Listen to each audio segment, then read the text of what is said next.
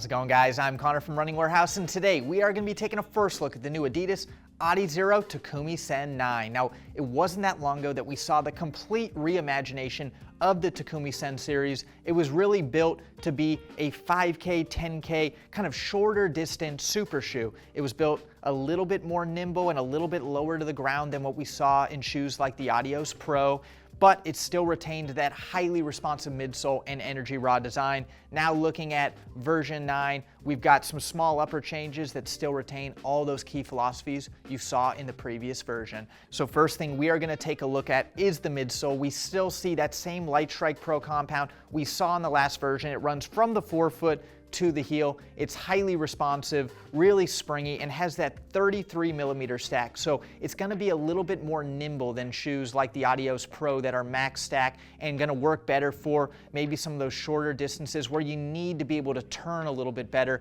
and you wanna be a little bit closer to the ground. Now that soft Lightstrike Pro compound is gonna work together with an energy rod setup. Now there is no carbon in these rods. They're gonna be a little bit more flexible, a little bit more compliant, and when doing some of the elite athlete testing, they found that this just worked a little bit better for those shorter distance races. You're also gonna see an internal heel plate that works to stabilize that heel. Now taking a closer look at the outsole, we're still gonna see the same design we saw in the last version. We've got a couple different rubber compounds. Up in the forefoot, we've got the sticky and ultra durable Continental rubber to give that little bit extra bite. And then as you go into the lateral side, down into the heel, you've got a thinner and lighter weight rubber compound. Looks very similar to what you might see in a rock climbing shoe, but again, still offers a nice amount of bite. Then in the heel, you've got that exposed Lightstrike Pro. Again, to keep weight down. This shoe is all about keeping weight at a minimum, and you see that in pretty much every part of the shoe. Continuing on with the weight savings, this is really gonna be the only change with the shoe. We've got a modified upper design. In the last version, we saw a mix of Solar mesh in the back, and then it moved up into a traditional mesh in the forefoot.